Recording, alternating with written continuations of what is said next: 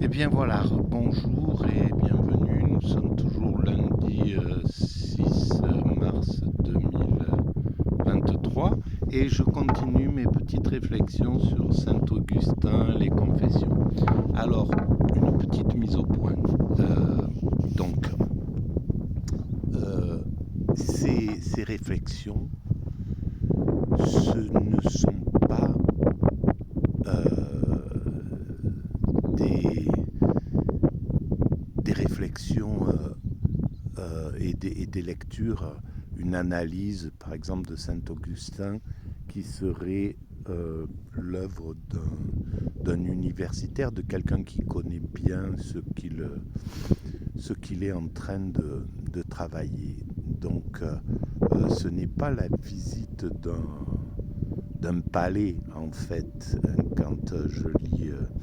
C'est plutôt une vieille mine où il y a peut-être quelques trésors, quelques grammes d'or, quelques grammes de diamants parfois, mais c'est laborieux quoi. Hein. Il faut, euh,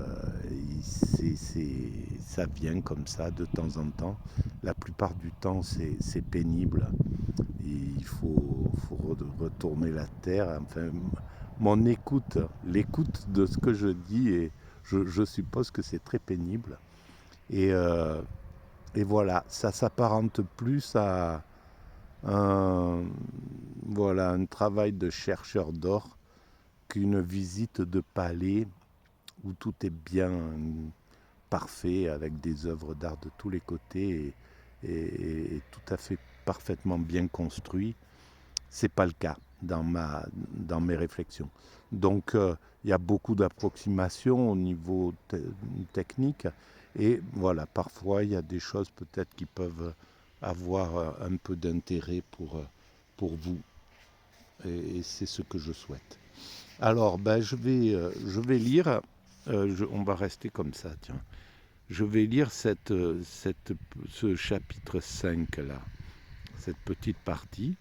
Et puis, eh ben, on commente, je commenterai s'il le faut. Alors, ben, c'est rattaché à la théorie que je développe hein, sur le site mécaniqueuniverselle.net et qui essaie de démontrer que nous évoluons, l'humanité dans son ensemble évolue progressivement vers son ultime perfection. Et cette ultime perfection, c'est entre autres l'extase facile, la béatitude, l'éveil, le nirvana, la contemplation. Voilà, cet état où il n'y a plus rien à construire, le monde sera, notre environnement sera construit de la meilleure manière et l'homme ne sera plus un loup pour l'homme. Euh, on aura atteint le degré de fraternité, d'empathie, d'amour du prochain universel et total.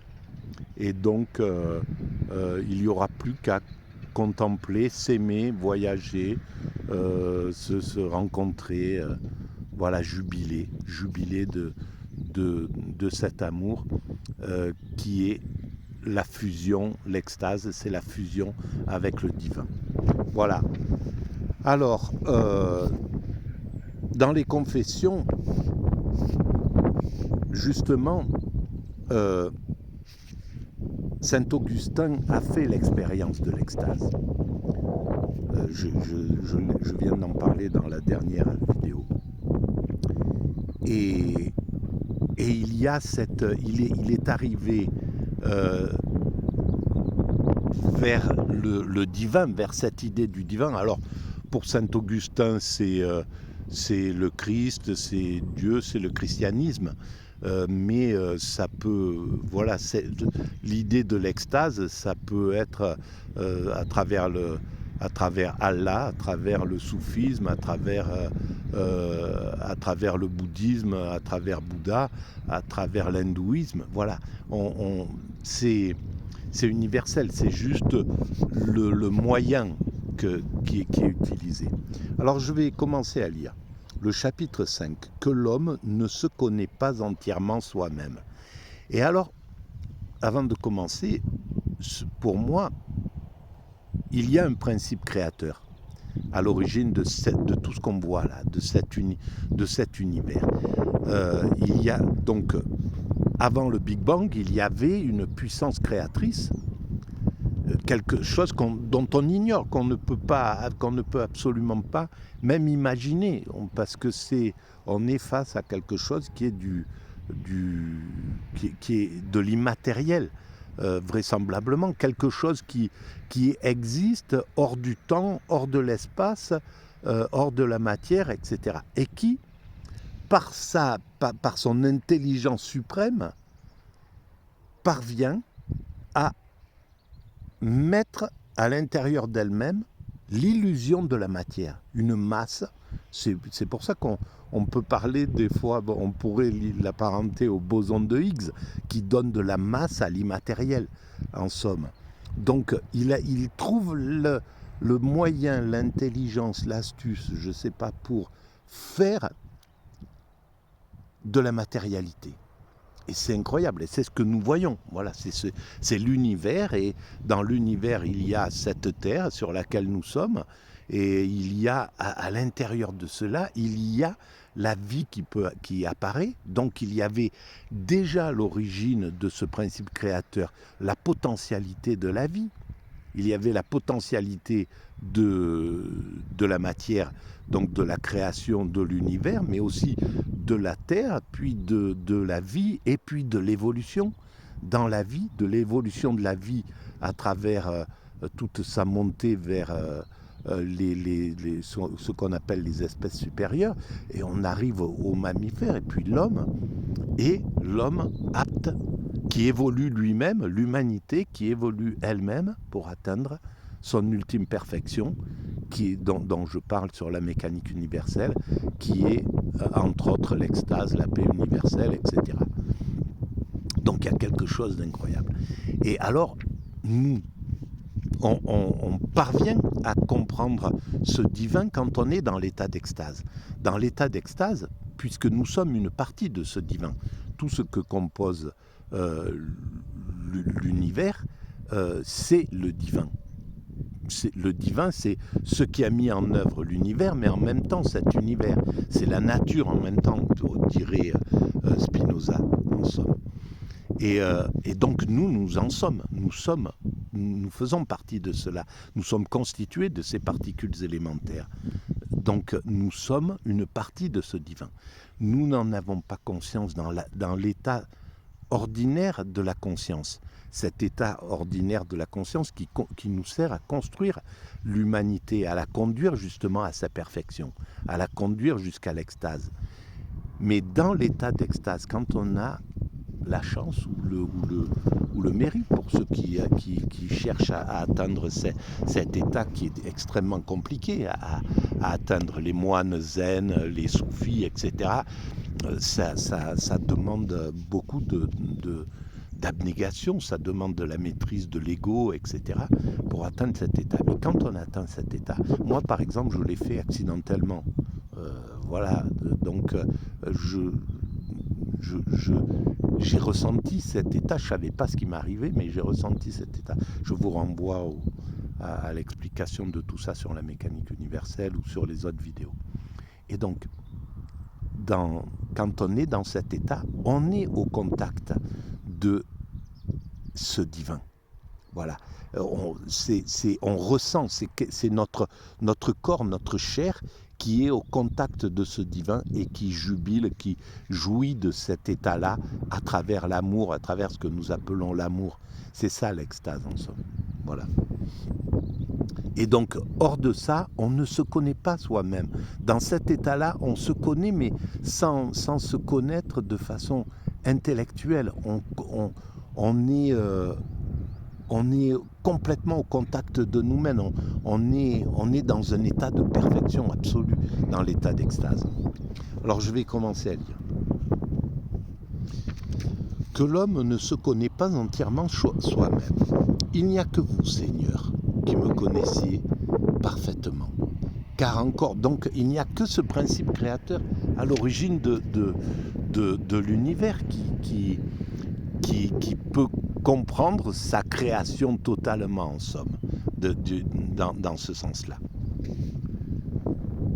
Mais nous, on est destinés à comprendre. C'est pour ça que l'humanité cherche à tout prix, depuis qu'elle s'est distinguée des autres primates, on cherche à comprendre qui nous sommes, d'où nous venons, où nous allons, etc. Voilà, donc on cherche à comprendre comment est faite cette matière, pourquoi il y a de la matière plutôt que rien, d'où elle vient cette matière, etc. Car encore qu'il n'y ait que l'esprit de l'homme qui sache ce qui se passe dans lui, et que ce secret soit impénétrable à tout le reste des hommes, il y a néanmoins quelque chose dans l'homme que son esprit même ne connaît pas. Mais vous, Seigneur, pénétrez dans les replis les plus cachés de son âme, parce que vous le connaissez comme l'ouvrier connaît son ouvrage. Et alors, le problème de cette discussion, mais qui correspondait tout à fait à l'époque, c'est que on a une image comment on dit, anthropocentrique du divin. Et pour moi, c'est ce qui empêche un petit peu l'humanité de comprendre ce qu'est Dieu. Dieu, c'est les particules élémentaires qui composent la nature. C'est la nature, c'est ce tout. Et donc, si on se fait une image simple de Dieu, évidemment, on a du mal à comprendre, à croire qu'il y a un principe créateur, si on l'imagine un homme barbu, etc., posé au-dessus, ou je sais pas, voilà. Non, il faut arriver à ne pas se faire d'image, tout en comprenant la puissance de cette création. Mais vous, Seigneur, pénétrez dans les replis les plus cachés de son âme, parce que vous le connaissez comme l'ouvrier connaît son ouvrage. Et bien que me considérant en votre présence, j'entre dans le mépris de moi-même, et me regarde comme n'étant que terre et que cendre. Je sais néanmoins quelque chose de vous, que je ne sais pas de moi-même. Car encore que je ne puisse maintenant vous voir face à face, mais seulement comme dans un miroir et sous des voiles. Et pendant que je suis éloigné de vous, vous ne me voyez pas si présent que je le suis à moi-même. Néanmoins, je ne laisse pas de savoir que rien n'est capable de vous nuire. Et non, comment nuire aux particules élémentaires ? Voilà, on le voit, hein, on découpe l'atome, le CERN, là, mais on ne nuit pas au divin. Le divin, il est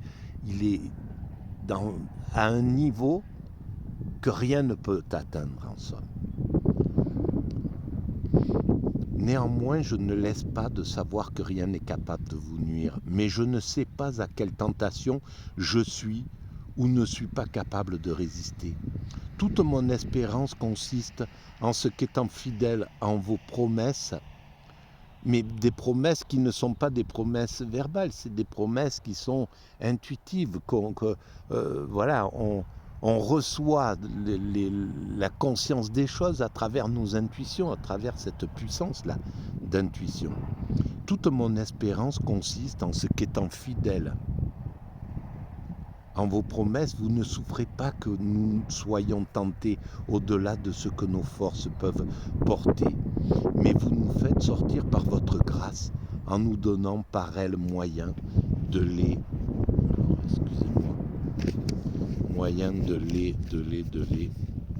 les soutenir. Je confesserai donc ce que je connais et ce que j'ignore de moi-même, puisque je ne connais ce que j'en connais que par la lumière que vous m'en donnez. Et en fait, il est parti dans la connaissance. Saint-Augustin est un des premiers à vouloir vraiment aller au fond de lui-même, à se confesser au fond, à s'analyser, à exprimer sa puissance. Voilà. puisque je ne connais ce que j'en connais que par la lumière que vous m'en donnez. Et j'ignorerai toujours ce que j'en ignore, jusqu'à ce que les ténèbres qui sont dans mon âme soient changées en un midi sans nuage par l'éclat de votre gloire. Voilà. Et alors, eh bien, c'est notre horizon, c'est notre but de devenir limpide. Voilà une autre des vocations dont Saint Augustin est une des prémices en somme. Et c'est une des choses qu'on peut aussi, toutes les religions ont apporté des choses merveilleuses à l'humanité, et il suffit de les regarder. Et l'idée de la confession, l'idée de la psychologie, hein, en fait, de la psychanalyse, au fond, eh ben, c'est quelque chose de grandiose, quoi. Éclairer l'être humain, éclairer tout ce qui nous est encore inabordé, en somme. Et c'est ce que nous faisons. Et nous rendons limpide. Et là on le voit d'ailleurs avec ces réseaux sociaux, c'est une merveille de mise en lumière de tout ce côté obscur de l'être humain. Et on parviendra à être des limpidités, des clartés vis-à-vis les uns des autres. On sera dans une clarté absolue les uns des autres. En fait, ce qui fait le souci de l'homme, c'est qu'on ne sait pas quand on croise quelqu'un d'autre ce qu'il est, son état d'âme, etc. Mais un jour, on parviendra, tout ça sera totalement éclairé. Peut-être qu'on parviendra même à éclairer, à colorier les égos, à regarder les intuitions dans un premier temps, avant d'arriver à à la clarté absolue. Et cette clarté absolue, eh bien, ce que nous sommes en train de faire là, les réseaux sociaux, par exemple, c'est un des moyens qui commence à se faire. Les dominants ne peuvent plus se cacher derrière leurs petits doigts, derrière leurs phrases perverses. En somme, on le voit là, les occidentaux, les dominants occidentaux qui vont en Afrique, ils essayent de parler comme ils parlaient avant, avec des phrases tout à fait perverses. Hein.